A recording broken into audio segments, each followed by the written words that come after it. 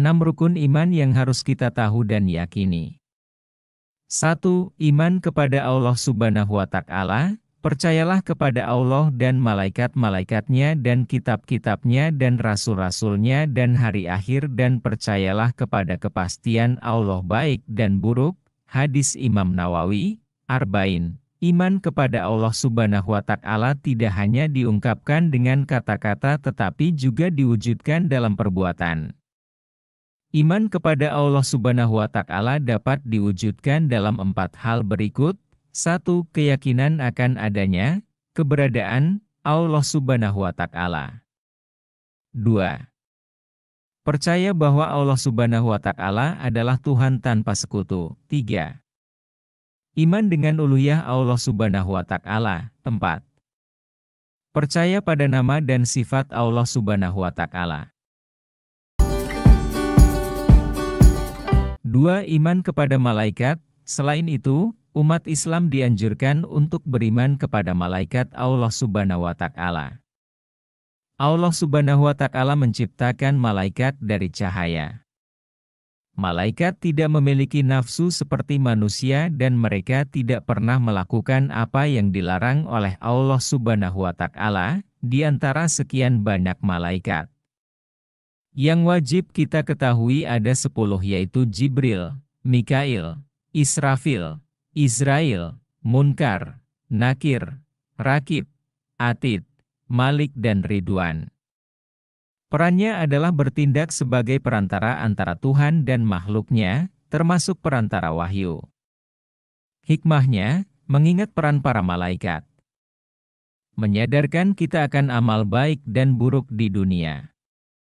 Selain itu, kita juga lebih mengenal keagungan Allah Subhanahu wa Ta'ala melalui salah satu ciptaannya yaitu para malaikat.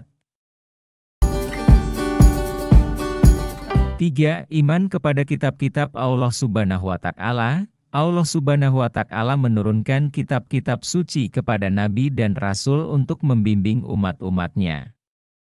Bagi muslim, kita diwajibkan untuk mengimani setiap ayat dalam Al-Quran.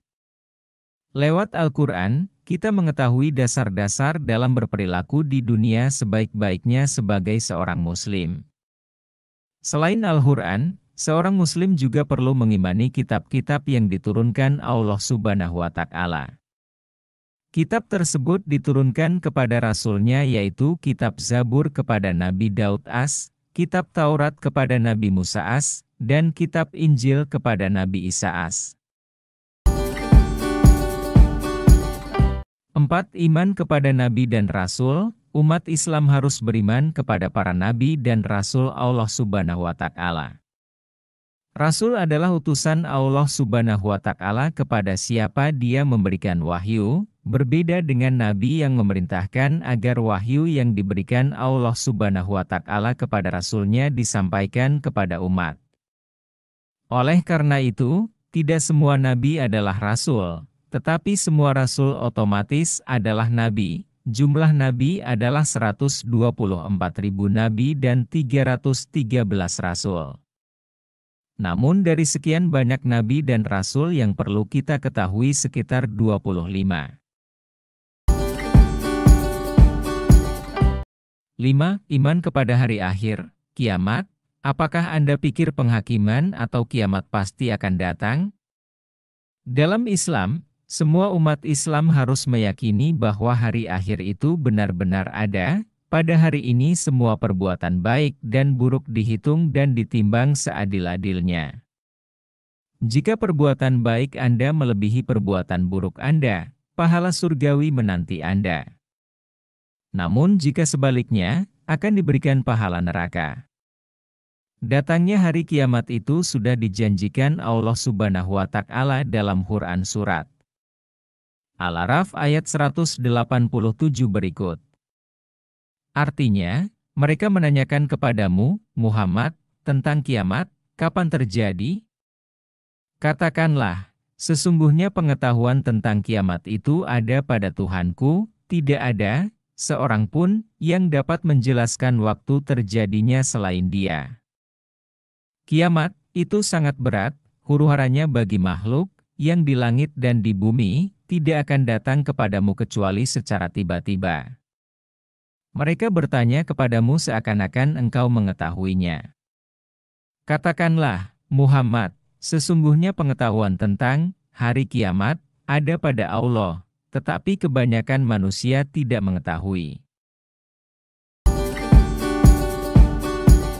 6. Iman qada dan hadar, takdir. Pilar terakhir dari iman Islam, Allah Subhanahu wa Ta'ala memerintahkan umat Islam untuk percaya pada keberuntungan, qada, dan nasib buruk, hadar.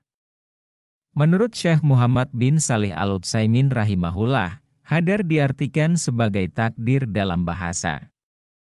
Qada sekarang menjadi hukum atau peraturan. Tiadalah sesuatu bencana yang menimpa bumi dan pada dirimu sekalian, melainkan sudah tersurat dalam kitab Lauh Mahfud, dahulu sebelum kejadiannya. Quran Surat Al-Hadid 22.